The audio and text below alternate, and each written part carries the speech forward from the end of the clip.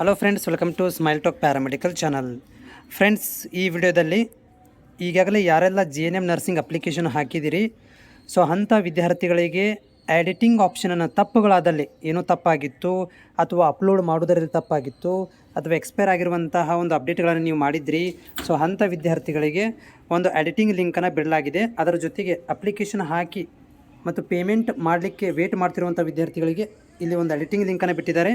So ಯಾರೆಲ್ಲ ವಿದ್ಯಾರ್ಥಿಗಳು ತಮ್ಮ ಅರ್ಜಿಯಲ್ಲಿ ತಪ್ಪುಗಳಾಗಿದ್ದು ಅವುಗಳನ್ನು ತಿದ್ದುಪಡಿ ಮಾಡ್ಕೊಳ್ಬೋದು. ಎಡಿಟಿಂಗ್ ಆಪ್ಷನ್ ಎಡಿಟ್ ಮಾಡ್ಕೊಳ್ಬೋದು. ಸೊ ಉದಾಹರಣೆಗೆ ಸ್ಪೆಲ್ಲಿಂಗ್ ಮಿಸ್ಟೇಕ್ ಆಗಿತ್ತು ಅಥವಾ ಡೇಟ್ ಆಫ್ ಬರ್ತ್ ಮಿಸ್ಟೇಕ್ ಆಗಿತ್ತು ಅಥವಾ ನಿಮ್ಮ ಒಂದು ಜಿಮೇಲ್ ID ಹಾಕಿರಲಿಲ್ಲ ಸರಿಯಾಗಿ, ಅಥವಾ ನಿಮ್ಮ ಒಂದು ಫೋನ್ ನಂಬರನ್ನು ಏನಾದರೂ ಸರಿಯಾಗಿ ಹಾಕಿರಲಿಲ್ಲ, ಅದರ ಜೊತೆಗೆ ಕಾಸ್ಟ್ ಇನ್ಕಮ್ ವ್ಯತ್ಯಾಸವಾಗಿತ್ತು.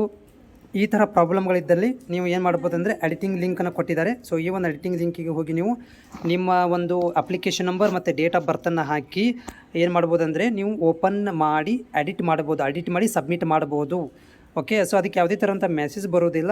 ಓಕೆನಾ, ಇದು ಒಂದು ಗುಡ್ ನ್ಯೂಸ್ ಅಂತ ಹೇಳ್ಬೋದು. ಯಾರೆಲ್ಲ ವಿದ್ಯಾರ್ಥಿಗಳು ಈಗಾಗಲೇ ಅಪ್ಲಿಕೇಶನನ್ನು ಹಾಕಿ ಎಡಿಟ್ ಸಲುವಾಗಿ ವೇಟ್ ಮಾಡ್ತಾ ಇದ್ದಾರೆ, ಸೊ ಅಪ್ಲಿಕೇಶನ್ ಲಿಂಕ್ ಬಂದಿದೆ, ಎಡಿಟಿಂಗ್ ಲಿಂಕನ್ನು ಬಿಡಲಾಗಿದೆ. ಇದರ ಯಾವಾಗ ಕ್ಲೋಸ್ ಆಗುತ್ತೆ ಅಂತ ಗೊತ್ತಿಲ್ಲ, ಬಟ್ ಲಿಂಕನ್ನು ಬಿಟ್ಟಿದ್ದಾರೆ.